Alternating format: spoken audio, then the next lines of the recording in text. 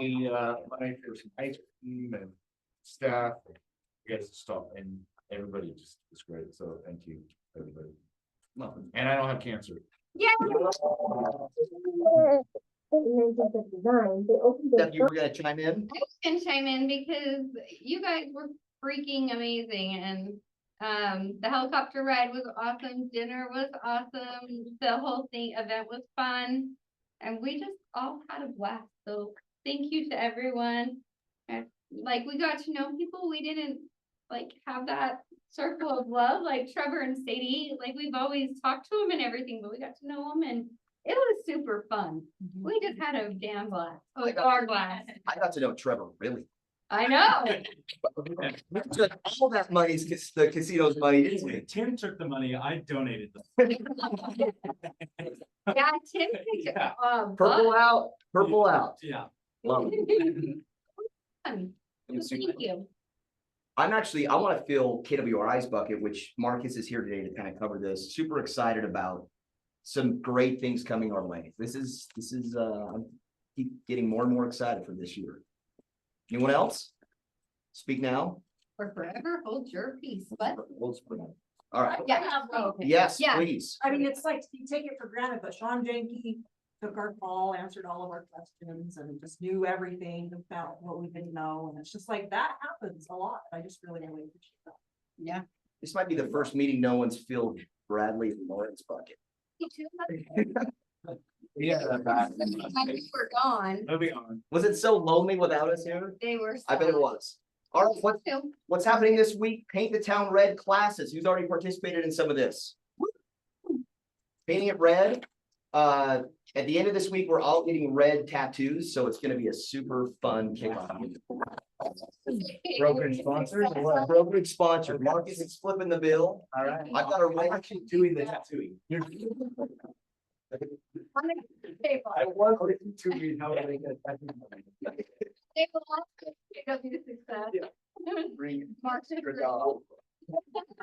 I just want Gary's mustache right below my belly button. Oh, no.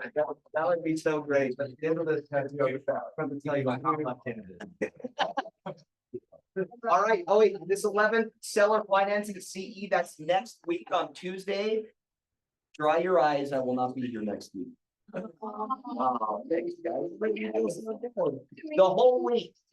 To hell with this country. I'm leaving it chilly. Oh. It'll be so fun. I'm excited. I can't wait to tell you all about it. All right, paint the town red. Bradley, Lauren, take over on this. Allison and Allison. Well, so just this whole week, I'm doing open house training every day at 2, from 2 to 2:30, so that you can learn how to have a really great open house. And then this Saturday, we're gonna have a bunch of open houses. And they'll be bingo style so that clients can go around to all the open houses, and then we're gonna provide a gift card. And if you come today at 2 p.m., we're gonna give you a $5 credit to advertise your open house. Very cool. Thank you for coming in. Love it. Dalton, Present. It's money. it is so valuable. What was interesting, so I've been privileged to be a part of Glover U University, and we've covered in like attracting more talent, like our propositional value, which I've doubled down immensely on. And one of those is the ability to improve skills and talent to be more productive. And Dalton, like, couldn't be more grateful for this class. Right. Yeah, It's been good. Appreciate it. And like, the message doesn't really change. You're having conversations. They're either working you towards more business and being more valuable to the people in your network, or they're not. Like, it's black and white. So today, like this morning, we're all about to have this Easter egg hunt in a month, 5 weeks, right? And you know, you can go grab a script out of a book from 2005 and use it, or you can come to class where we were building them to be, you know, creative, creating you know, urgency, desire, interest. Like we're changing things out. We're breaking a script down into a methodology that you can add it in your own words and have conversations with your clients that In your personality.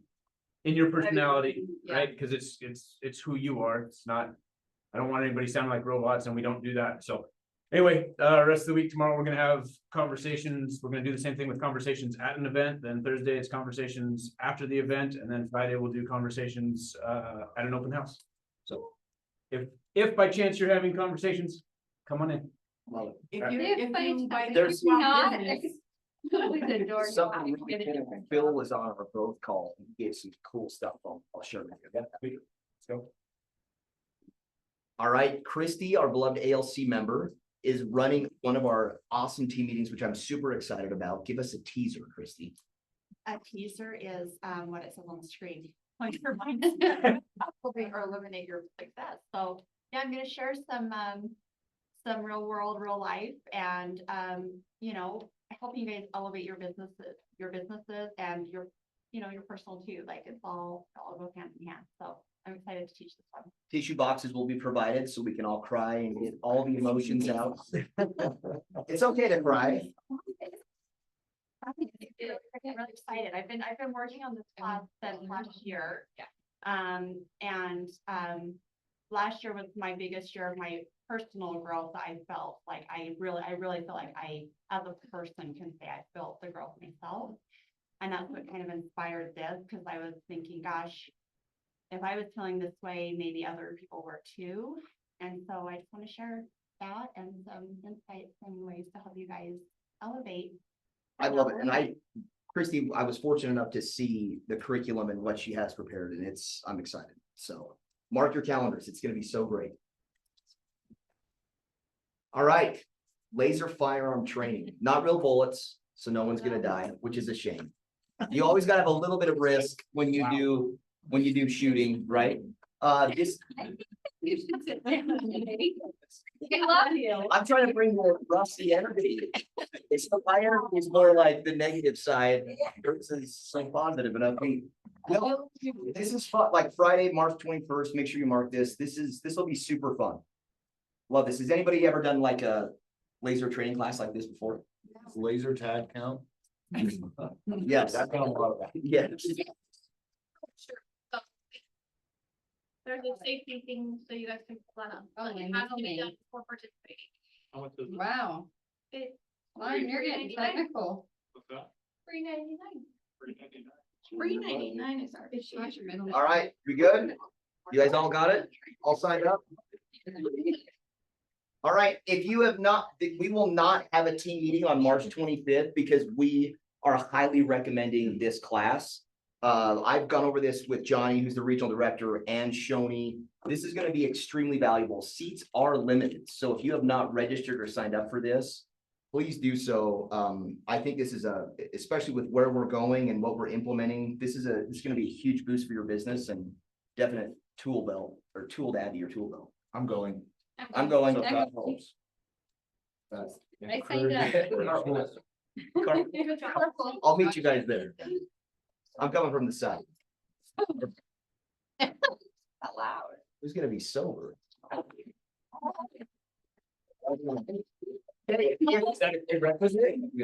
Just sober? That makes two of us. Two of us are gonna be sober. It's gonna be awesome.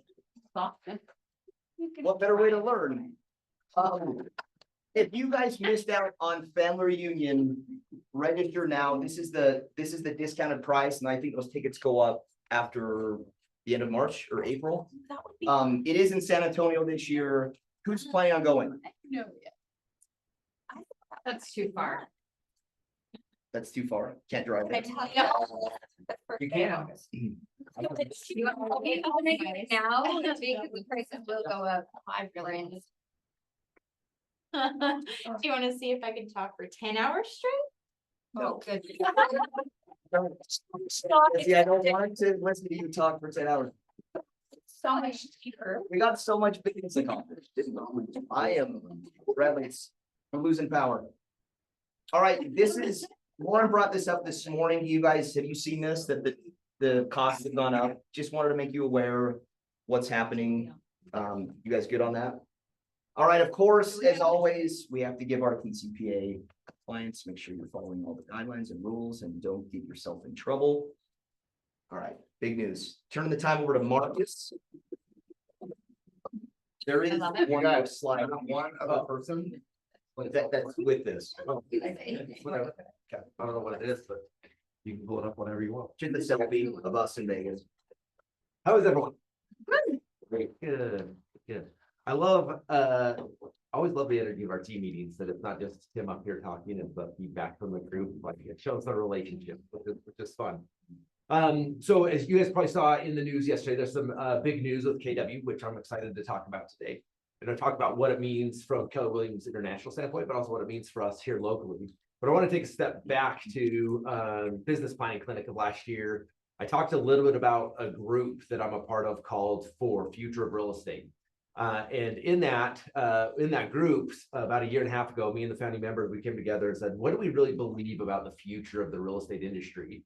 And ultimately, we came up with 3 bets that I shared with you. And kind of the reason I shared it with you from in the business planning clinic is I wanted us to start thinking not just about the business that we're doing this year, but the evolution of the industry as it sits. Because as our job is obviously to help people in the moment they need help, but also start structuring our businesses to increase our value proposition over a long period of time, because we want to be in business for a long period of time. So I want to remind you what those 3 bets are, because we're actually seeing them come to fruition right now with this big announcement. So the first bet that we made is that the decision power is shifting to the consumer. The consumer wants to put a lot more energy into a big decision and then really double down on that decision.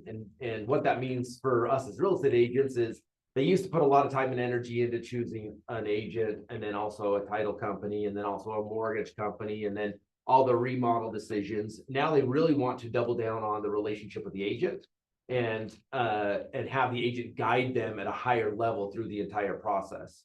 And so we know that the power is shifting to the consumer.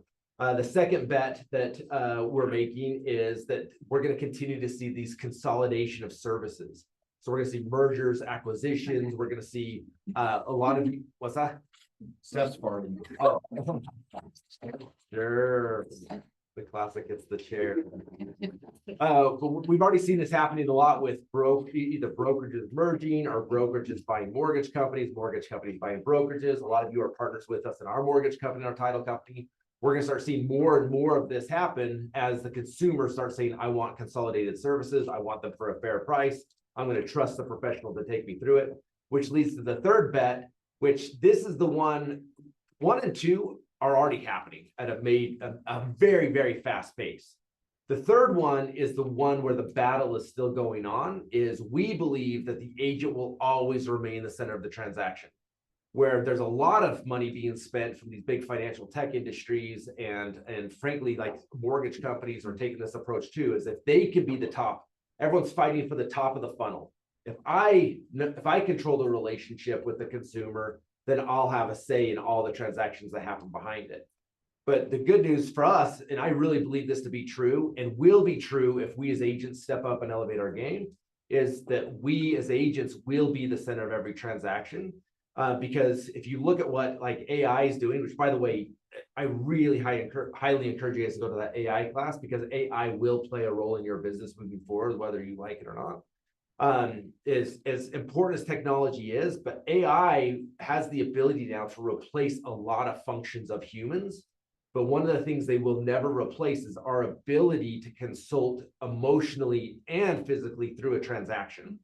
And so if you look at like even title companies, mortgage companies, home insurance companies, there's more elements of those positions that data can create a solution than what we do. That being said, the only way we win that battle is if we have, like what Dalton was saying earlier, we have to have more conversations to articulate our value. One thing in 23 years of my real estate career, there's been a lot of change. And the one thing that is absolutely consistent for me in direct correlation to production is the more conversations somebody's having, the more business they do. The only thing that you can modify on that is the higher quality conversations you're having will generate more transactions per conversation. So if you're not already leaning into that conversation piece, please do so. So that being said, those 3 bets, the reason I bring that up is we're seeing that come to fruition and what's happening. Now, you guys saw the announcement yesterday on Inman. We knew the news beforehand as it was coming to light, but Inman always jumps on and wants to create this hubbub, right? They're news. Inman is a news company. They want to share the news in the most flashy, controversial way they can. And actually, if you read the article, it's actually, they shared a pretty positive light as what they could have done. But from my perspective, this is a very positive move for KW, and I'm going to share with you for a couple of reasons why. So the company that bought an equity stake in KW, they didn't buy KW out. Gary Keller is still the #1 individual stakeholder in the company. But Stone Point Capital came in and made a massive investment in our company. Now, if you know anything about PE companies, private equity companies, there's two camps of private equity companies. There's the private equity companies that are out there looking for distressed companies in absolute distress that they can buy at a discount. And then they'll come in and either salvage some portion of it, bifurcate it, and sell off portions of it. Their strategy is significantly different than the other camp of private equity. The other camp of private equity are more strategic partnerships. And what specifically with Stone Point Capital, what their strategy is, if you look historically at what they've done, is they look for what they call their whales or their elephants. And what those mean is they want to go in and buy companies that are already the #1 powerhouse in their industry. And then they come in and say, how do we bring what we have to the table and make it better? So basically they're saying, how do we participate and get on this bus? And so I really love that it's that type of private equity company that came in to participate in what we're doing. And it does fix a couple problems for us or Keller Williams International that I want to share with you guys. But I wanted to be clear between the two different, because a lot of what I'm seeing on the internet is people are grouping private equity companies in one thing, saying the only thing private equity companies do is buy distressed companies, and that's not the case. If you look at Stone Point Capital, historically of what they've bought, every single company they went in and bought were big, massive players in their industry, and they bought them for the long term. And the thing that they own at a high level is a ton of data. So even though they have a lot of companies that they've bought and invested and helped, the two big ones that we probably know are CoreLogic, which you guys all know the name CoreLogic in our industry, is one of the biggest powerhouses in the real estate data sector. And the other one is Lone Wolf Technologies, which Lone Wolf Technologies may or may not ring a bell for you, but who Lone Wolf Technology owns is ZipLogic, LionsDesk, HomeSpotter, Terradatum, all these names that we do know because a lot of us participate in their services. And so you can imagine the amount of data that they have gathered in there of knowing how consumers think, knowing how consumers act.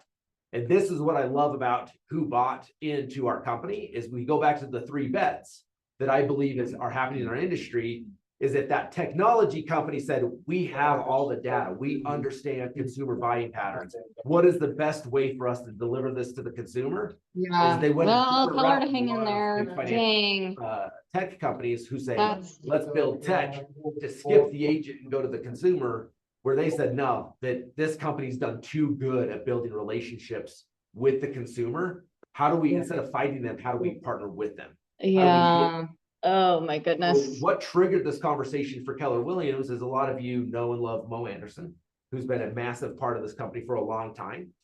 She approached Gary Keller a couple of years ago and said, hey, look, this has grown way bigger than either of us ever thought. And I got to start thinking through my estate plan, which it blows me away that she still does what she does at her age and shows up to events. She said, I got to figure out my estate plan and I want to be able to pass more on to my heirs and not just ownership in a company that they have no control over on dividends and when that's going to happen. And so she said, will you buy me out? And Gary said, I will, but you realize the value of our company right now. It's not like I can go to a check and write a check for $1 billion today, right? So it was a good and bad problem for her because she grew a massive wealth with her stake in the company. But now there was really no buyer to say, I can write a check for this to help you with your estate plan. And so that's when they started talking to private equity companies. And it was really important for Gary as he explored these private equity companies to understand the 2 different camps, but also somebody that wouldn't come in and say, we want complete control of the company and we want to do it our way and we want to come in and shake things up, because Gary's so committed to what we're doing and what we're building as a company. Does that make sense? The biggest advantage I believe for us as a company is I love our Cinderella story as a brokerage, that everything we've done from day one, 1982, when I was a 2-year-old baby, and a future KW agent, was Gary funded whatever we did out of pocket. He never took loans. It was always like, if we're going to do this, how do we generate the revenue to go do it? And that's worked really well for a long time, but it's such a fast-paced world where there's this huge consolidation of services. It's at some point, he can't fund all of that out of pocket. And so the thing I love about this is that's the biggest partnership piece of this partnership to me is that somebody that believes in what we're doing, but they literally are sitting on $9 billion of cash. Whereas Keller Williams over the last couple of years has said, here's all the things we can do, but which one can we afford to do right now? And now it's a new partner coming in to say, okay, we see the vision. Now let's strategically look at all the things we could be doing. And now we have much deeper pockets to go push some of those initiatives forward at a much faster pace. And so this is what I'm most excited about is as they come in and get familiar with our company, is I anticipate that we're going to see some really cool things coming down the chute of not like X command, now do this, it's how do we make that better? In fact, it was actually really encouraging for a technology company when they came in and saw Command. What they said about Command was like, well, this is way better than what your competitors are saying it is. Like we can take our data and make this much better. And then some of the things that CoreLogic and Terra and Lone Wolf Technologies are bringing to the table, they're already talking about how do they integrate that as a platform or an add-on to the stuff we already have. So I'm excited to see how that comes to the table. That plan has not been rolled out to me, except that it's coming down the chute. So that's the biggest thing for me that I'm excited about is that we have access to more money to push things forward. I actually really love, as I've learned a little bit more about the new CEO, which by the way, Gary Keller is still staying in the exact same position of chairman of the board. And this Chris, I can't say his last name, Czarnecki. Zarnecki. You say quick offense. So I'm highly confident. I don't know this for sure, but I'm highly confident he plays hockey with a name like that. But the thing I love about this is he does come from the real estate space, but has never run a brokerage. And I think it's served us really well that we've had every leader inside of KW has grown up inside of KW.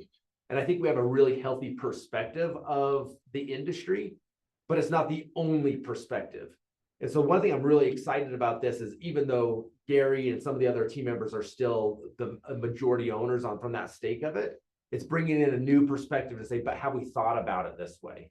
And I think that's a really healthy approach that I'm really excited to see that with some of the evolution of what we have going on as a company over the next couple months.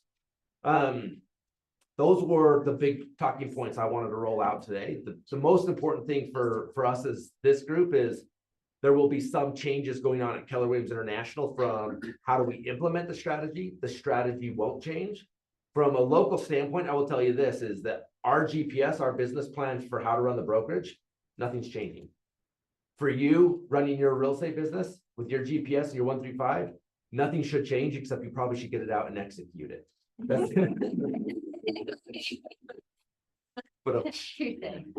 really, there's really no change for us locally, except on my job and Tim's job and Rusty's job and Sean's job. Our job is just be saying, okay, let us give some feedback to Keller Williams International of where we need help on the ground level.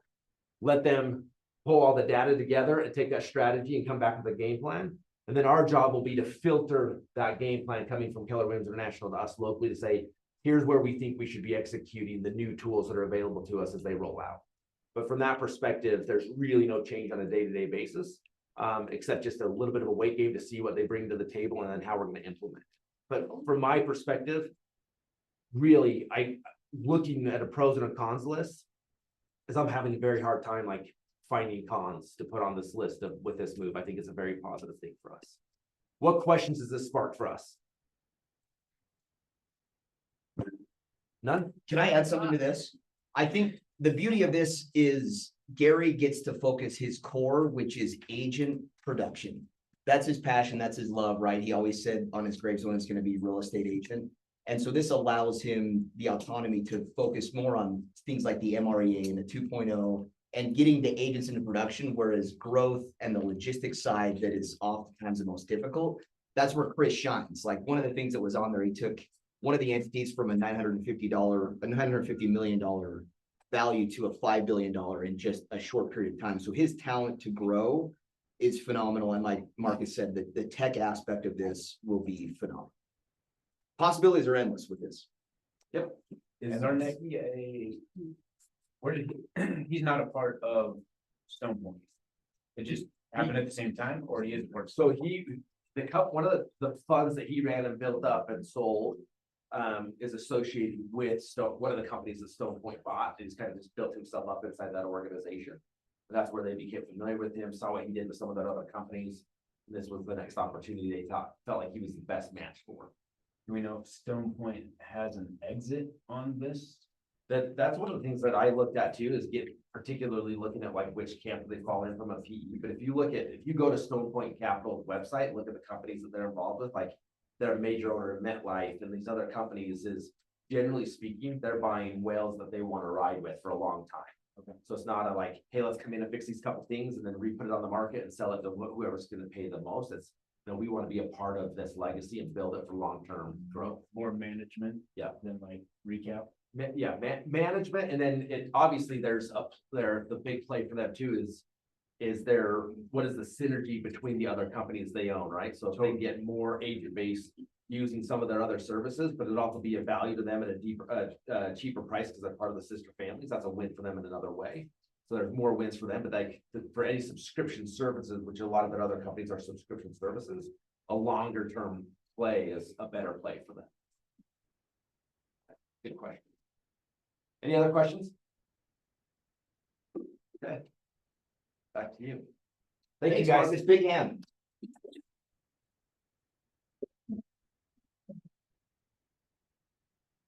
Super excited about this. Like I said, the possibilities are endless of where this could go, and the financial increase and where we can provide is, I'm big on this. There we go. All right. We went over this in Feather Union. I just wanted to give a quick review. How many of you guys really study GDP, gross domestic product? You guys know what it is? Define steady. Like, Are you familiar with it? Do you Yeah. understand it, research it, and how it impacts your market? 6 months. I think it's always interesting that Gary leads with this, and it's one of the things, like essentially, this GDP is like America's paycheck. It determines interest rates, right? And so like one of the models that I like to write down is the GDP is essentially your consumer spending, right, for services and goods, plus like the investment in the market or a business and industry and everything else. And then the G is what government spends, roads, improvements, locally and nationally. And then you add exports minus imports. And recently, I think past that exports has been diminished, and we've brought in much more from outside of the market. So I'm kind of excited to see where the economy goes with this over the next like 2 to 3 years.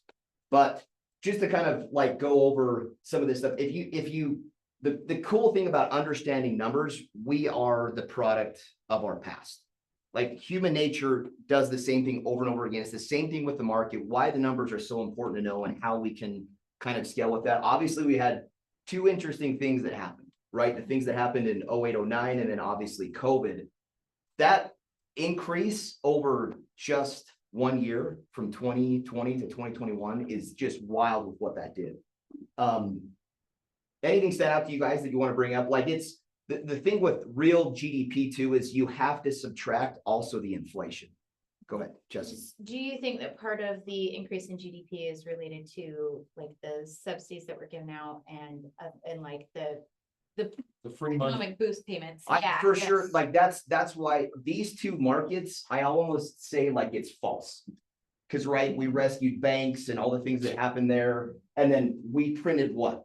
Money, Yeah. which what has a long-term effect? When we're just printing out money and you get $1 and you get $1 and you hand that out, like clearly that's gonna skew the numbers. But if you even go, People got scared too. I think it was scarcity, honestly, on For the sure. in 2020. They told us to stay home, stay safe.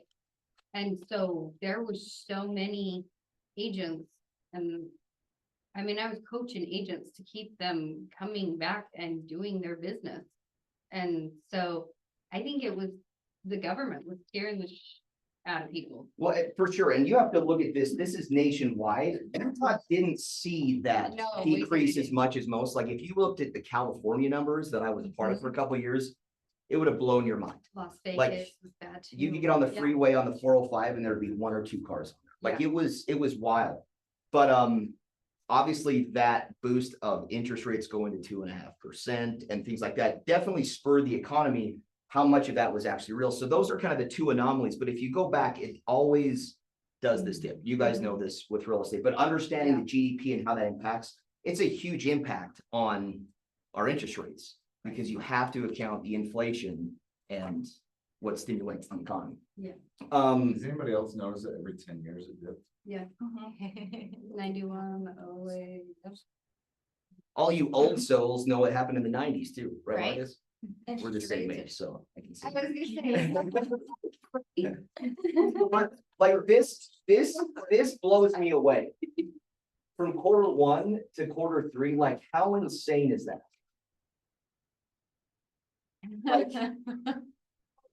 Like, it's crazy. But then how many of you like saw some pain that happened in 22, 23? Like it almost targets exactly what the real estate market's doing. Unemployment is also factored in there when you talk about consumer spending and what they're spending. Like, you guys know, getting people approved for loans, how challenging that can be if they don't have the right employment or qualify for any of that. So all of this impacts that. It's good to see that our unemployment is right around that 4%. Obviously, we'd love to see 2 to 3%, but not really common, is it? 69. That it was last under 4%. The savings rate, why is this important? As available cash. We have some money.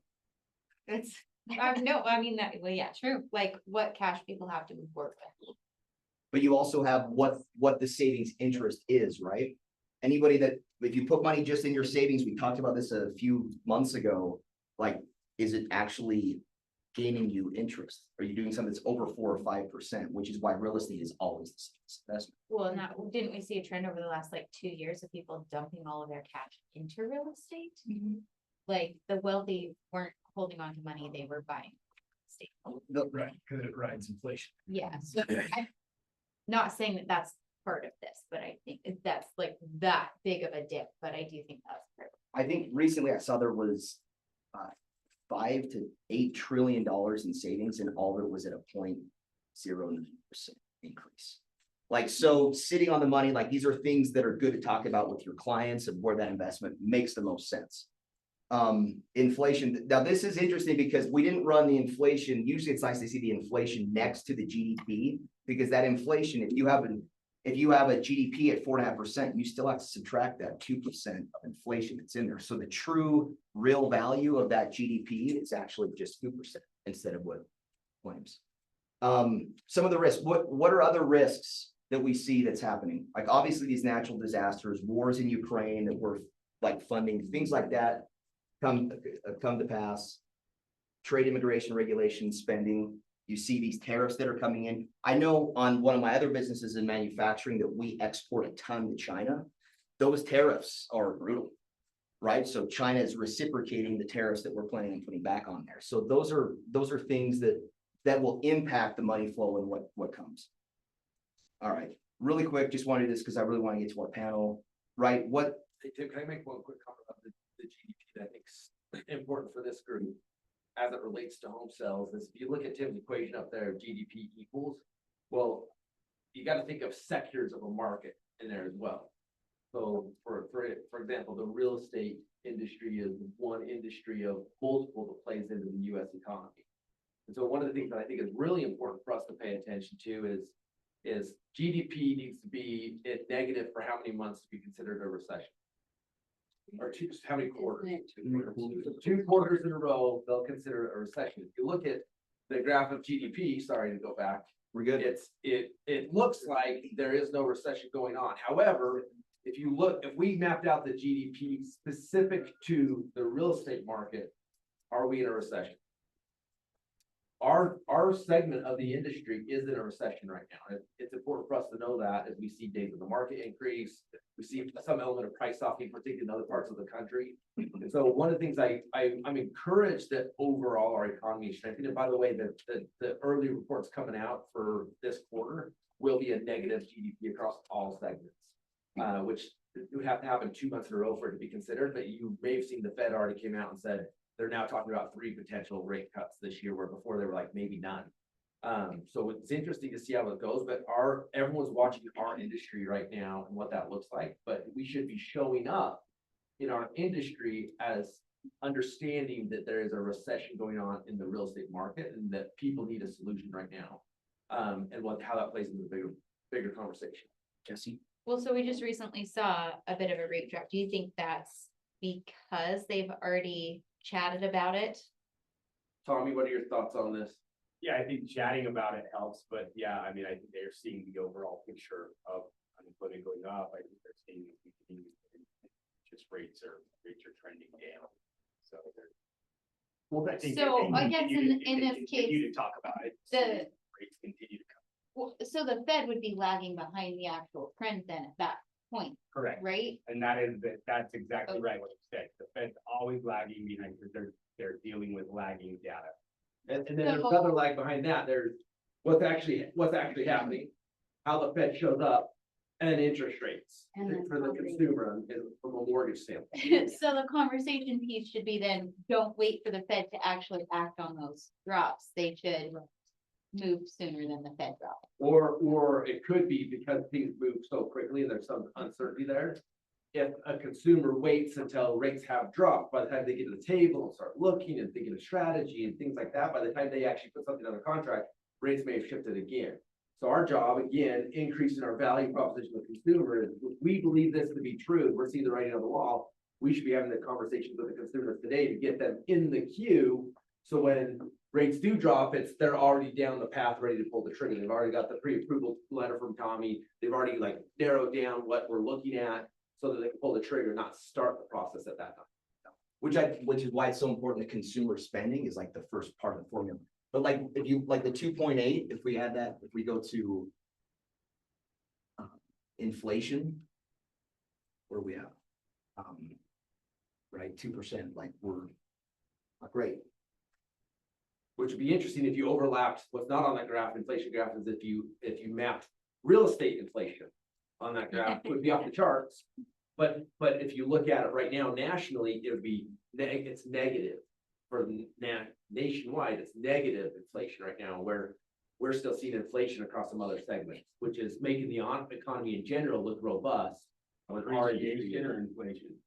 inflation is inflation and appreciation back up. We, like the houses prices haven't dropped, and so you guys seeing your houses on market a little bit longer than usual. It's pretty common across the board, right? Any other, Mark, do you have something? Go back to the one on GDP, you'll notice in 20 to 21. No, back another one. So you see the negative 2.2, and then the next year, 5.8. We know 2020 was so abnormal. If you take that 5.8 and you fill in that void, you know, you can basically split that 6 into 3, and it would be like 2 and 2. So I mean, it just kind of made up for that. Government For that, chiming in to stimulate some kind of economy. Growth, if over the longer term, is more around the 3% rather than the 5.8% because of the recompensating. But I also think you, like, because there was so many homes sold in 2020, like, that stimulated the economy, but really in the long term, does it? Because if someone on a 2.5% interest rate, what kind of money is flowing back? So I am on board with your thought process. The only thing that to think about from the effect of it is the government, so negative 2.2 to 5.8, government stimulated a bunch of money thinking that people were in need of money for needs. But what the consumers used it for was wants. Boats went through the roof, RVs went through the roof, TVs went through the roof. Paddleboards. The challenge that I'm seeing in the economy right now is consumer confidence stayed up there, and people like said, this is fun spending this amount of money, let's keep doing it. And the report I read this morning talking about potentially what we'll see from the Q1 reports is this is the first quarter where all of a sudden consumers are saying, oh crap, my tree doesn't producing any more dollars. How do I do this? How do I keep buying this? But it's like you're gonna have that chance when you don't have teenagers, And now yeah. all my arms reach away for money. Yeah. I'm serious, that's where I'm at. Oh, for That's where we sure. can start seeing. And like, you'll get to Price an age when you're like, okay, the kids are gone, I don't need all this room. What we talk about. Like, kind of coming to a Think head of your right retirement, Yeah. because you're sitting on No, land you're good. and they're not making more of it. I think it's No, I important to agree. understand this, which is all I just wanted to, I Mhm. mean, as far as the real estate numbers go, No, see, Utah is. they don't wanna live in Utah, Davis County ruins that for them. I should say too, is our office. No, this is I'm, freaking awesome that we. No, they have don't. Such great leaders. they don't wanna that live up to the step on Jones, for like, us. I'm Because grateful when we for the went humble to about, family like, reunion, this is the stuff they were showing Yeah. us, and I'm like, we know this. so, We get and this. Libby's like, Yeah, I don't care, because we I'll do have it all school the time. out, so. Thank you for you guys. doing this for us. Well, and these are just the slides from Pellegrini, but I think a deeper dive into stuff like this is crucial for us to be better fiduciaries, right, for everything. Yeah. What are you guys noticing? Leveling out. Yeah, stabilizing. We're due for a new run. Yeah. Utah's one of the few places that actually still has land left to build. Like imagine when you're like like California or these markets where there's just not a lot of space left to do it. Space in the way. Too Um, soon, too soon. This, Go to Malibu. this is interesting that we're way above the trend line. Right? Which is maybe longer on market, interest rates being high, and we're still above the trend line of what pricing should be. It's so funny because I feel like I remember back in like 2023, when we were having that conversation where it kind of evens out. And the graph projection was down and it did not go down. No, it's still rising. The demand is still there. Well, that's national, not Yeah, Utah. Right, for sure. Well, no, I mean, but Utah typically does even better than national, so that's kind of like I'm just surprised. I'm think- surprised based off of what we were thinking. Lack of Yeah. inventory, do you think houses are higher priced than they typically should be? Not, people want to move. Even with the interest rates, people want to move. Yeah. It's not a question of if, it's a matter, can I make it work? Yep. And if you can help solve that problem, then your business will work. Everyone's gonna keep moving, guys. They all Always need have. something. So regardless whether it's 6% or 2%, they're gonna have empty nesters. They're gonna have new starters. They're gonna have new babies. They're gonna need expansion. So This is true of I will say the buyer pool is diminishing. Yeah. So some people have to move, the people who want to move are diminishing. They want to, but can't. Some people hold them back in their circumstances. So I still believe in our market very much so, but I'm trying to, fire I want to put under you is more conversations right now are critical. We see days on the market increased, we see a smaller buyer pool. Rates aren't gonna drop significantly. I could see a couple rate bumps down, but it's not like there's gonna be a big line of buyers knocking on the door and be like, now's the time. Unless we have conversations to educate them, because if you're sitting there going like, oh, yeah, that makes sense. If it starts just light bulbs are going off for you, imagine you're a consumer sitting at their house being like, I don't know what the hell's going on. They need somebody to help them understand, are you having that conversation? If you're not, somebody else will, or they won't do anything. Just, I mean, this is wild to me, going back to 6 and 8. Historically, we're still above the trend line. Utah's probably significantly higher above the trend line. This one's wild. I mean, what our average price point, Justin, what was it, January? 505, 507. in the office. Wow. Look at the inventory. This is. Right? People want to move, that they can't move, they can't afford it, or there's not enough inventory to do it. Tommy, you want to touch on this one, guy? Yeah, I mean, we've seen a nice trend down. We've seen rates as low as they've been since like October. So we're hoping that trend continues. Like we said, the Fed is dealing with lagging data. Inflation is coming down to where they thought that it was going to be. Although they're dealing with a lot of unemployment too as well. So that's actually good for mortgage rates. Their employment goes up, they'll see needs to continue to drop those rates through this year. Like Marcus said, instead of a 0 or maybe a 1 or 2, we're talking about 3 now. So they're seeing that data come in, but it is lagging. Data is always lagging, and it's only as good as the data provides, which sometimes they're seeing revisions of that data, after the data comes out. So that's always hard as well. Which also this recession, they want to slow the spend, like they want to control that narrative to slow that spend. They want to make sure inflation won't continue to, have its issues, which you're all seeing that. Which the price price of Giving different stuff. everybody Ag- 5,000 ag, Well, I- et cetera, but you know, that has the I remember as a kid, move and all that other. my dad talking about refinancing his house to a 15% interest rate. Uh-huh. Like I remember those conversations, but that was also to slow the spend, like especially at that time, which was a horrible inflation. I looked at a VA FHA today, 5625, we have 25 down, so you're starting to see big fives again on those gubby loans. If you have money from the seller, we can do those, we can do 2 and buy downs, we can still do stuff. From there. My kids just got a 2-1 buy down on theirs, so it's still out there. Cool. All right, I just wanted to touch on that. Let's get to our panel, which is the most important. Come on up, please. Will you guys indulge me? My kids send me Marcos and they're like, can you Marco us with your team? So, oh, you fixed it? All right. Have a taste, guys. Say something nice, everyone. Something nice. nice. Oh, dear it. Crazy. All right, Great. Nick.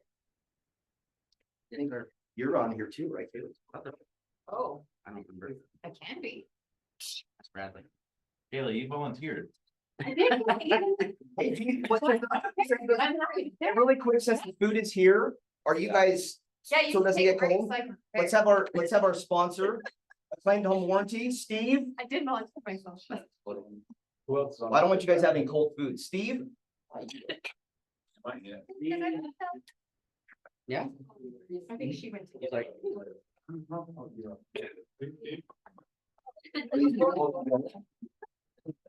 Oh, Dalton, what, yeah, Dalton, yeah. I've got some deep questions. I put together a bunch of questions and I went to ChatGPT and I said, I said, technology god, let's make these better. Yeah. It didn't work. Mine were better anyway. I'm kidding. Steve, how are you, brother? Come on up. Good. Thanks for bringing food. That's for Allison. That's right. Hey, I'm glad to bring food. Hey guys, I've been a real estate agent for 22 years. I've been selling 20 to 40 sites a year. And that's why it helps me in this position to sell home warranties. They lured me away about 5 months ago. Acclaimed Home Warranty has the best plan out there right now, and I'll tell you why. It's really cool. So when I came over, I said, I'll come. I like what they offered me. And so I'll come under one condition. If you guys don't have the best plan and you're not willing to change, I'm not coming. I don't want to sell garbage, right? So they said, hey, we'll change it. We'll do whatever you want us to do. So I got to meet. Our company's been in business. We're in Salt Lake. They've been there 15 years. They just have not had a rep up here. Here I am. So here I am. They're in 5 states. We're Utah, Idaho, Arizona, Texas, and Nevada. And here's some of the things that I didn't like about our prior plan and what my competitors aren't doing now. A lot of them have gotten away from covering things like septic tanks, sump pumps, tankless water heaters. They don't want to cover swamp coolers anymore, boiler heater systems. We have brought all that back into our plan. We've also brought back a free rekey for your buyers. And we'll change up to 6 locks and give them 4 free keys if needed. And we don't charge a service fee call for that. It's just part of our best plan. And you don't need these to get one, but it's kind of cool. You can sign your name to it at closing and hand it to your buyers and say, hey, I got your free rekey. It's kind of a cool thing that adds value to what you're doing. I told them we need a listing coverage again. They brought it back. So we'll do a free listing coverage for your sellers up to 6 months. And it's a pretty good plan. We hope that you'll try to secure the permanent one for us. That's how we get paid back, but it's not necessary. We just want to be there to support you guys. Some of the things that I know, I've already told you about us covering more than everybody, but also in each category, guys, there's limitations on how much we're going to cover financially, right? And so my 2 biggest competitors, here's one example, appliances. One covers $800 a year, one covers $1,000 a year, and we cover $1,500 a year. So that was my plan. I brought to them, I said, it's got to be better and cover more than everybody. And that's what we're doing. Okay. And then there's one area though that really separates us. This is the big gun. HVAC is our biggest claims. Okay. Central air furnaces, they're your client's biggest expenses. they've been my biggest expenses outside of my roof, you know, but with the home warranty, those two things are huge. Okay, my two big competitors, one covers 1,000 a year, the other one's 2,500 a year. Our company is unlimited in HVAC. If you have multiple units, we're gonna cover them all year long. The furnace goes down and then the AC goes down, we're still gonna cover it. We have no limits with the HVAC. That's our claim to fame right there. And then some of the other things I hated about some of the other companies working as an agent was they wouldn't go throughout the whole state of Utah. They would just stay kind of along the Wasatch Front. Our company will go to St. George, we'll go to Bear Lake, we'll go to Park City, we'll go anywhere in the state of Utah. We're set up for that. We have people in place to do it. We have technicians in every valley, we're in Cache Valley too. And so that's been a positive thing for me too, you know. Trying to think, our cost per year, that's a big one. You guys want to know that, right? My competition, so my biggest competitor is about $700 a year. And the national company that I compare with, they're about 900 right now. And then when your clients go to renew, I don't know if you guys know this, but man, they up the price big time. They really take it to your clients. I've had so many clients call me over the years saying, man, I don't want to pay this much. It's ridiculous. So our plan for a year, our best plan is $650. Okay, our service fee calls are $75. We're cheaper than most on that. And when your clients go to renew, we're right there at the same price. So I think it's a good plan. They just have not been up in northern Utah, and that's why I'm here. I'm glad to be here. I love doing this job and I love real estate. And it's been part of my life for about the last 24 years in some capacity. Run into Julie a few times. A lot of you guys I've probably done deals with, and hopefully you still like me. I always try to make that good, right? I think we've met several times in the past, but I just want you guys to know we're here. We're not here to take away. We're here to add value to what you're doing and support you and your clients. What questions do you have? What can I help you with? I know you're hungry. I brought some food and some drinks. I hope you'll give me a shot. All my flyers and pamphlets are up there in the bins. I'll make it as easy as I can. If you need me to order one, just call me. I'll order it right then and there. We also do a new construction home warranty for 3 years. So the builders cover that first year. We'll pick up year 2, 3, and 4 for $700. A lot of the builders are starting to buy them. Yeah. Okay. No, 700 for 3 total years. Oh. Yeah, it's a bargain. I'd be buying those for all my builders or my clients that are building. And I have. We're getting a lot of property managers that are wanting to buy this home warranty for their new construction and for their rentals. I just sold 100 doors last week to a group in Salt Lake, and it just takes the pressure off them. It saves them money. They call us for the repairs on all the things we cover. So that kind of makes sense. So if you have that too, and then if you guys ever need them for yourselves in your own homes, I recommend it. I buy them every year in my home, and we give you guys $50 off for that plan too. Hope we can get some business from you, a claimed home warranty, whatever I can do. I've got your back. If we ever have a claim that's kind of questionable and it looks like it could be a denial, just call me. We'll see what we can do to figure it out. They give me a slush fund every month. And but we don't run into that a lot. We're about 97% approval on claims. Okay. Our big thing is that we don't say things like pre-existing. Everything's pre-existing. So does that mean they're just not going to cover anything? That's how I feel about it. That's how I felt about it as an agent. But our thing is it normal wear and tear? Has it been taken care of, or is it kicked in? You know, things like that. If it's normal wear and tear, we're going to take care of it. Okay. You guys are awesome. I'll hang around for a bit. If you have questions, I'd love to take care of you. Okay. Thank you, guys. You guys want to grab some food real quick? How long do you go with the meeting? Usually don't. Yeah. YouTube. Thank you. No problem. Yeah. Appreciate your time. Yes, sir. Yeah.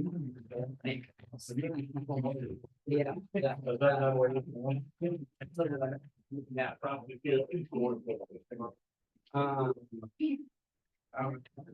One of them last.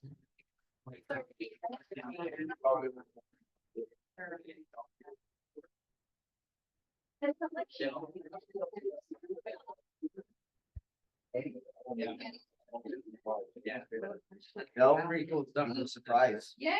I ran into that Right. HVAC. I was gonna. I was gonna.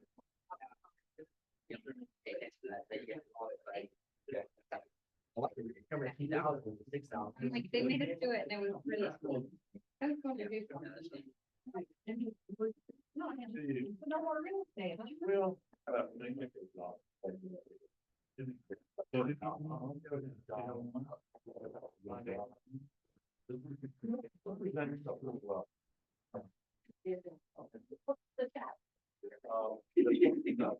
Sounds I know, you know, I was against me.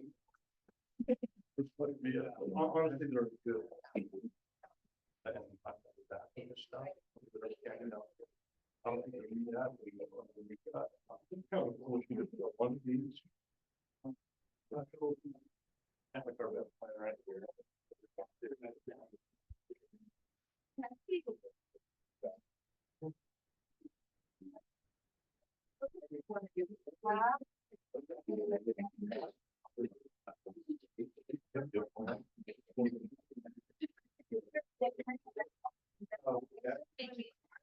I don't know anything.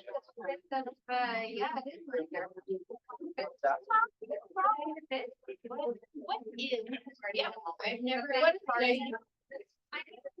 It's like Independence Day for the real people down in the south and Ohio. I know it's like, it's similar fun of them, like they're part of the US. So you've got so much to do. I just need a big celebration. Okay. Let's, oh. Good call. Be careful, there's a baby in one of them, so don't. So Mardi Gras stands for Fat Tuesday. I believe it's Fat Tuesday's friend. And it's the last day that you can do all that stuff for essentially. Actually. Okay. Oh, before mine starts, yeah. But it's great. That's funny. That's Mardi Gras. Have you ever heard the Fat Tuesdays in Vegas? They have a huge. Oh, I love them. They go and celebrate, It's right? so much Everything fun. party to prepare to repent. Party part. Yeah, for, family reunion, they were like getting ready for it, so we got to like see how, oh, it was fun. Yeah. I would definitely go again, but just stay on the main street. Seriously, sorry, I'm like, seriously, stay on the main street. What was it? Oh, we're gonna talk. What's at Mardi Gras? Like. It's like we were It was like Stuff on, so. a big Hopefully tree. it's the best or part of it's like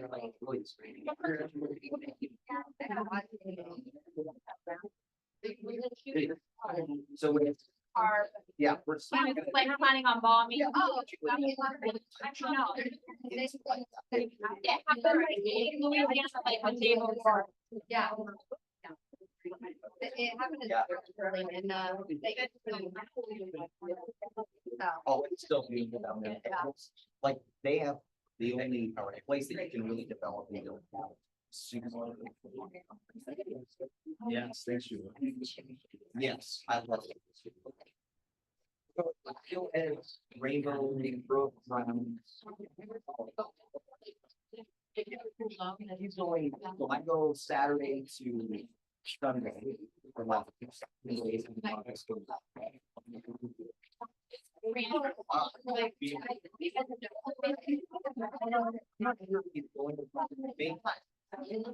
can't even.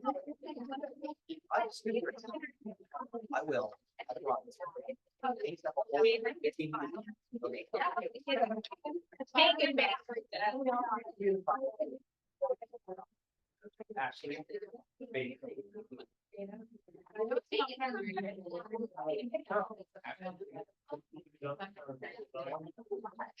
All right, Valerie? Yeah. Don't. No,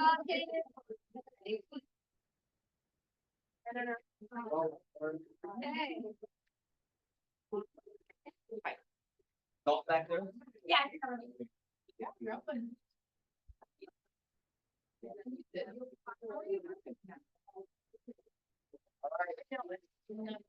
I know, that's what I like.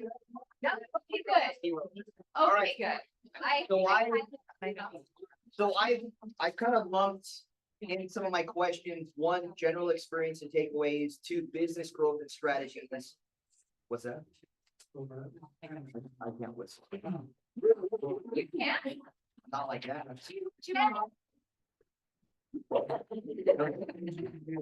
So, You just want me to go. Yeah. there you go. Yeah, got it.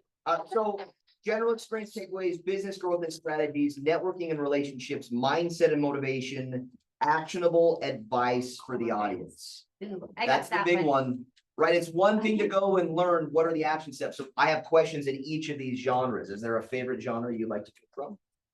I'll Steph? take that one. Steph, we'll start with you. All right, everybody, I want you to pull out your phone.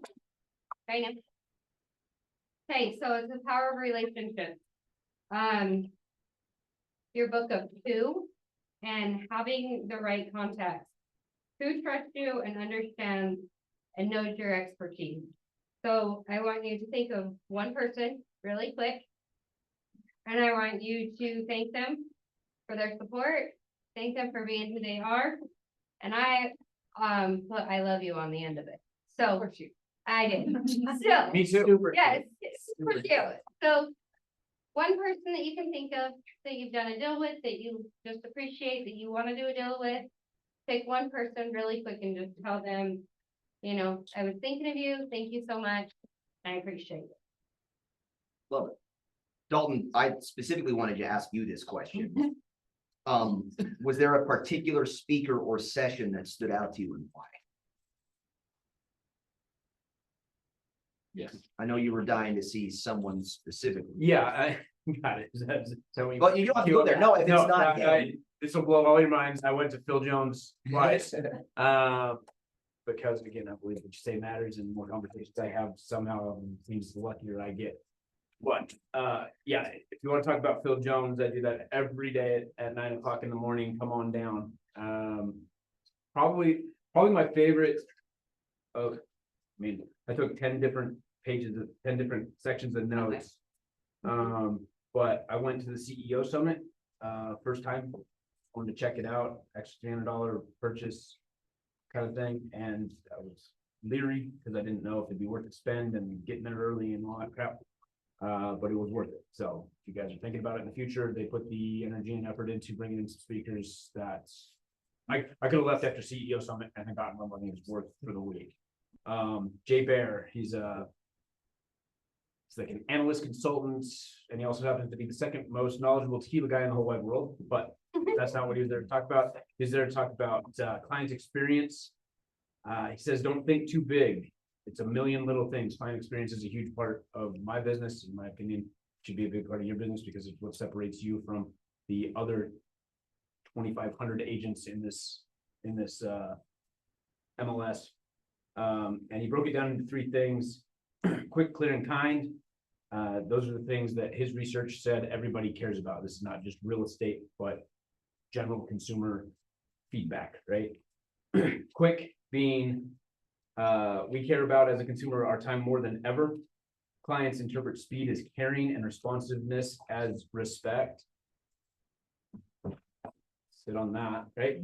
51% of clients whomever contacts them first is likely who they're going to work with regardless of price. When you get a lead, call the damn lead. 85% say speed is critical to their loyalty. So he then challenged us at the end of each one of these to, you know, within the next 90 days, how can you be 15% faster? Right? On the clearer end of things, everyone hates to be underinformed. Our job as agents is to close the uncertainty gap. Over communicate. If you're worried about over communicating, I promise you there's no such thing. Or somebody will tell you, right? Or they'll just turn the volume down a little. And answer before they ask, I think is a huge one that I took away from that. Right? If they can't even ask the question because you're already giving the information, that just shows that you know this process so well that it builds such rapport and trust immediately. And then clients have low expectations for empathy and kindness. So pouring it on will blow minds. He likened this, he notated a big change from the 60s and 50s when, you know, our parents or our grandparents owned business and empathy and kindness was just kind of a thing. It's just sadly no longer that way. So when you bring it, it's a change of pace. Empathy first, information second. Empathy has an incredible effort to your results ratio. Sorry. Oh, empathy has an incredible effort to results ratio. As in, the more you put into empathy, the better your results will be. And so again, which each one of these, like, how can you take, you know, set a timeline, 90 days, how can I increase my empathy, my clearness, my clarity, or my quickness over the next 30 days, sorry, 90 days, 15%. Wow, I took some notes there too. That was It was crazy, yeah, Christy. It's, how many of us are sending thank you notes after you go on a listing consultation? Yep. Or. To meeting the with people, co-agent at the end of a deal. To the co-agent at the deal, or during the deal, or whatever, like like all the things, like just, you know, I have so many sellers that when I follow up with them or whatever, they're like, they'll call me, thank you for that thank you note, like they call me to thank me for a thank you note. And it's just how I operate my business, but that was part of. It builds your business and it builds your loyalty, no question. I'm curious, how many of you are actually, like, after every process of the deal are communicating the specifics to like your clients in that front? It's Oh, for sure. fundamental. Yeah. Every conversation ends with the next step is close that uncertainty gap, because all of your people, all of your clients, unless they're investors that are doing multiple deals a year, they don't know what the next step is. And that's where the anxiety, that's where the uncertainty, that's where the comes up. And if you're just like, hey, look, now that we've got the inspection results back, we're gonna go through it together tonight at 7, I'll call you, and then everything's gonna be fine. And you're just like, oh, this is awesome. And I'm in good hands. Because it is, right? Right. This is real estate. Nobody's dying. Yeah, I mean. Nick, Yes, Nick, sir. what mindset shifts did you experience during February? Great question. I think I think it expands your vision, at least it does for me. So I usually have an idea of maybe some things I want to take away, or some keynotes, or some breakout sessions of maybe specific strategic things. Being in the general, I think it expands the vision of what's possible, I would say. So to give you an idea, nationwide, market-wide, right? There's some uncertainty there's lots of variables right now that are kind of unknown. As far as, you touched on them earlier today.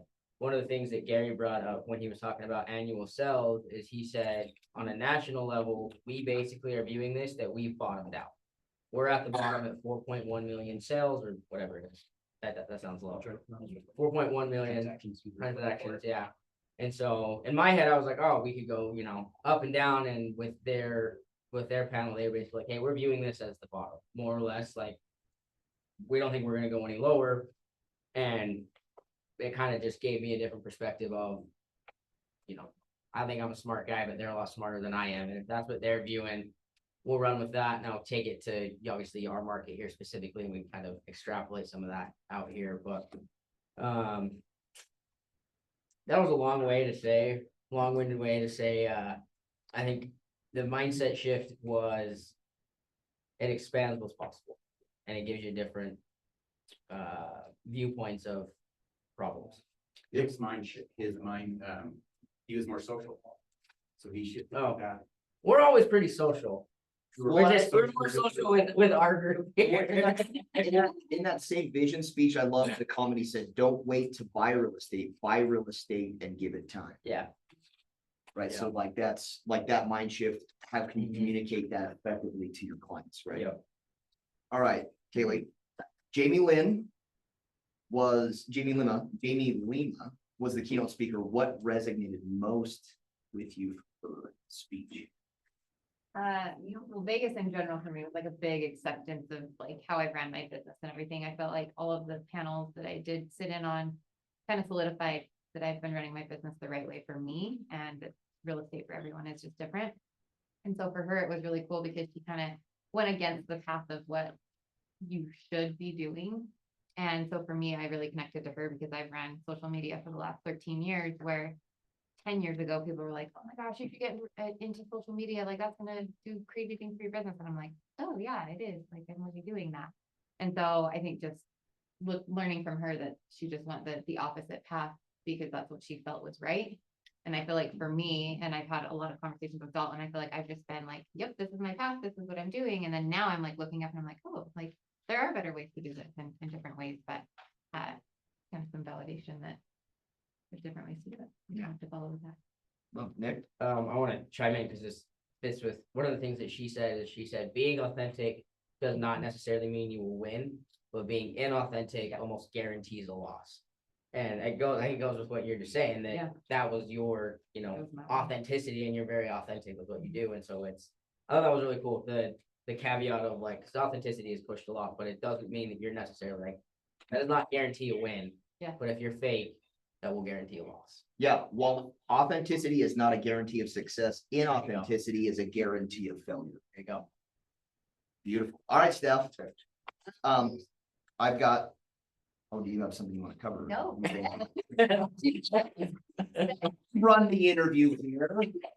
How important do you think attending events like Family Reunion is for agents looking to grow?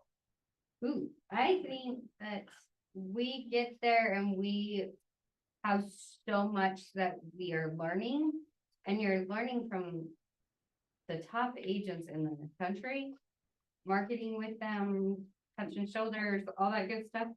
I say it's 100%, I would go.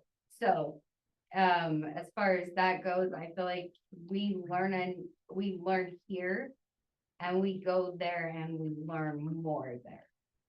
So. And I feel like I was like super amped to do like the golden letters because everyone talks about how awesome they are. We went to a panel and it was great. And then maybe 20 minutes in, I was like, this shit's not for me because I'm not sitting next to my phone. I can't just have them call me, and because that's what you're looking for. Yeah. So it was nice for me to not like run that play and then be like, oh shoot, and have so much money in and time wasted. And so it was nice to realize that those people are men that are in front of their computer for all our. Yeah, they were. They actually were. And one of the best panels. Equal opportunity. Okay, it is. But it's also realistic looking at my life too, because I am a mom and I want to be very present. And so being next to my phone all day when those mailers hit their mailbox, like. And one of the best panels were all moms.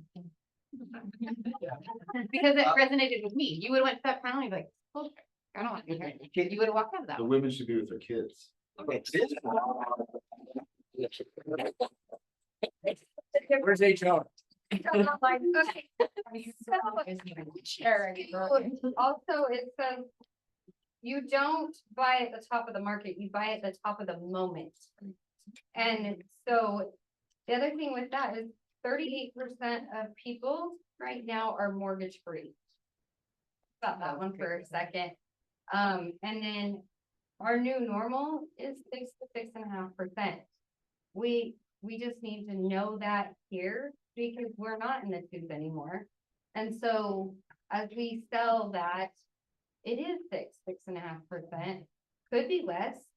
But once it does go less, 50,000 people are gonna come to our market.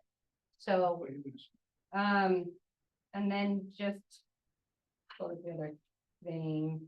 Oh, you can be the tenant or you can have the tenant pay off your house. So, there you go. Those were the takeaways on that. This one is which is why I think these events are so important. So each of you chime in, or whoever wants to speak first. Did you make any valuable connections at the event? And if so, how do you plan on leveraging those?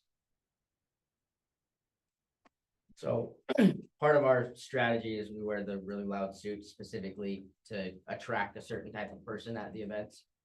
And it works like a charm. Well, I say that because you know, when you wear that, we wear really loud, like Mario suits and what do I, heart suits. Spider-Man. It's, there is a strategy behind it, because there are some people that I will see that will stick their nose up and they're, you know, obviously we're retarded and ridiculous. You're not wrong. We are a little ridiculous. But you also get a lot of people that come up to you, and so we make a lot of connections with agents across the country, and we were totaling it up just briefly, and over the last few years, I think we've done over $150,000 PCI from those referrals.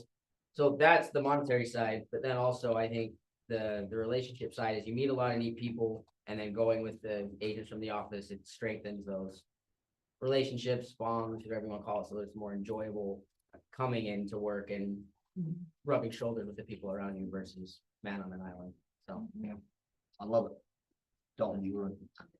Yeah, I, not on purpose, accidentally sat in basically back-to-back panels that had one agent was on both of the panels. He sat on two different panels. I wasn't following him. I didn't know who he was, but afterwards, like, he just thinks so much like me, and he's got a business.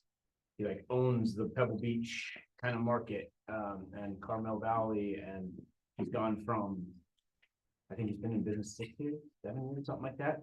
Turns out he was a Major League Baseball player. Anyways, I went and talked to him afterwards, and I just said, hey, look, that was really great. I really appreciate it. Got a couple of questions, and he and I chopped it up for about an hour after that panel. And now I have, you know, a strategic partner loosely in that if I ever have questions, he's where I want to get to, and he's pulled some levers that I want to try and pull. But they're big steps, and he's like, anytime, just reach out to him. Got his personal cell phone. But to your question prior to Nick, like family reunion or mega agent camp, there's no place, there's no other industry I know of where you can go. Say you open a bakery, go to the best bakers in the world, they'll sit down and be like, here's how I do my bakery business. That's like, I don't think other brokerages do it. Like, if there's a unique value proposition to KW besides the training, and actually it kind of fits in the training, is that like these massive titans of the industry that we all run in, right, that we all own our businesses, are willing to share basically down to the detail. They'll just give you, they literally give us the playbook now, right? Like, there's a playbook that you cannot, you know, pull on anything. So like, to go and get that taught to you over 90 minutes times 9 is an overwhelming amount of information, but that's why you got to be strategic about what you're going to see, what you want to gain, and then put together a plan on the back end to implement. Well, how, like, the opportunity of talking to someone that's selling $10-20 million homes in Pebble Beach, right off Ocean Avenue, you like that, where are you gonna find that? It's gonna give you an hour of his time. Like, Yeah. That's, Yeah, he's gonna, bitching. yeah, it is. It's great work. Okay, go ahead, Steph. I was gonna say also, I never really used AI. And ever since I got back, like, I started to play with AI a lot and get to know it. And so that was kind of cool. Like, you could put, hey, wanna know what for even a first time, like the newbies in here, I wanna know what my buyer's script or buyer's packet should look like. It'll write the whole thing out for you guys. So, I mean, use that to your knowledge. There was something other really cool thing on that. Shoot. Sorry, I take really good notes, so. I'll chime in. I used Go AI ahead. this morning to send a text. Cause that was just like, when your brain's not braining, and I was like struggling. So I wrote it out, put it in chat, and I said, make this sound better. And it's like, that's so much nicer. Yeah. And it's nice. Yeah. One thing in that AI class is they said if you can download stuff from MLS, which we can, you can put it into AI and have it like, and you have a conversation with it. So that you can have that conversation with your client. So you can have it tell you what it thinks the data is. What about this? Conversations. Yeah. And the guy. Like, I did that this weekend. They were right. And the guy was doing that with the inspection reports too. So like the inspector would come back and put it this way, and he says, okay, put this in, but then make it so the agent feels like that's perfect. Then make it so the seller feels like it's better. And so the way that it was writing. I Oh, was- you're talking about the prompts, like, Yeah. it was, the guy was prompting ChatGPT to say, how would the seller feel about this? How would the buyer feel about this? Yeah. And having a conversation so that when you communicate it, it was detailed to those people. Well, the two, with that AI's part too, was building, it's gonna sound weird, a relationship with the AI, so they know how you interact and it will interact with you and provide it. It's wild. Yeah. Um, The conversation's better.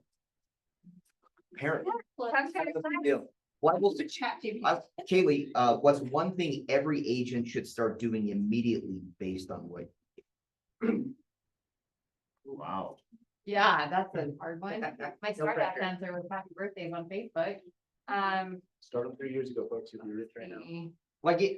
And while you're thinking of that, like some of the things that Jamie mentioned, what's one way you're hiding in plain sight? If 5 years, if you haven't changed, what will it look like? What will it look like if you've made the necessary changes now that you're implementing now? Okay, I went to the KW Wellness one about lead gen and doing it different. And it was kind of cool because I was already on this path of doing like a bread and jam making class, and I was like, okay, well, how do I make this into real estate stuff? Because obviously that's still full, but I want to do fun things that mean a lot to me. And it was exactly that, is the group of 3 women in their different markets, they all do, or no, it was, nope, getting too confused, they were in the same room. This one was a pickleball guy, and he absolutely loved pickleball, and he actually turned his old courts in his HOA into pickleball, and then like made it a whole community event. And then he didn't even have to market that that's who he was. And then he just naturally got business from doing what he wants to do every week. And so every week he's getting together, coordinating the pickleball playoff, I guess, schedules. Yeah. And just became the go-to for real estate. And it's just really cool because it's doing what you like anyway and being a little bit more intentional with it. So I think that's my biggest thing. On the back end, like office work, if you're not using templates and copy and paste things, like you're wasting your time. Like, make it easier for yourself. Like the things that you're constantly answering, make it copy and paste, and you can change those too when you send them. But that's my 2 things. I can't narrow it. I like it. What questions do you guys have based on Keller Union? Questions you have for our panelists? My other plug with asking or about making really good connections. I didn't go there with the intention of making connections, and so I didn't make connections. But I was able to plug into the classes that I needed some help with. And so I think it's whatever you make it to be. And like the class that I just said we walked out of, the golden letters, it was nice because then we walked into another one that was right up our lane of like what we wanted to do. So that's what's amazing about having so many breakouts. Go ahead. Kind of related, but during family reunion, we were listening to the streaming service, some of it, and one of the things that was mentioned was maybe getting together at the office and doing option where you lend the equipment, different kinds of equipment out. You know what I'm Oh, talking like about? the neighborhood toolbox? Yeah. Ladders, storage units. Yep. all that good The stuff. things that you use one-offs, like your pressure washer and whatnot. Or Another one was, I mean, maybe this is the same one you're talking about, they were talking about, margarita machines Yeah. and bubble machines and things like that, and just renting them out to the community for free with your fake sticker on there. Yep. Consider doing Yeah. something like that at the office. That's a really thought. Well, and we rent the letters from a lender. Yep. For our awards thing. Yep. Because she's doing. That's actually brilliant to come together as an office and be like, oh yeah, I have this toolbox. And then it's like, hey, Christy, can I borrow your pressure washer? I would, like the resounding thing that I got mostly was conversations and appointments. Like that seemed to resonate all throughout. With that, I feel like it's like 6 or 7 years now. And I feel like this is the first year that it's like really dawned on me, like just the damn thing. Like we go and we learn, and every single class with its own personal touch is the same exact thing. And so just find your way and Just, yes. Well, see, and then the other thing is one of the classes we went into was like, what are your hobbies? And I'm like, real estate's my hobby. Like, what is my hobby? Like, honestly, who am I? Like, besides real estate? And I had to think about it, and it took me a little while, and I'm like, ooh, paddleboarding is my hobby. So I'm gonna do a paddleboarding thing with my clients and we're gonna go up and just do hot dogs and drinks and whatever. And they bring their own paddle boards and come up for the day. To me, I thought that was a huge one. I love yoga. So I thought, do a yoga thing in the park. So, With goats. yeah, with goats. We'll have Ibex bring the goats, it's fine. But like, the things that I didn't think about, that I was like, oh, I do have outside things besides real estate, so. And you think can of bring them three. in. Yeah, Last question for Dalton. What's one surprising thing you're gonna implement now that you haven't thought of before? Based on what you gained at Family Reunion?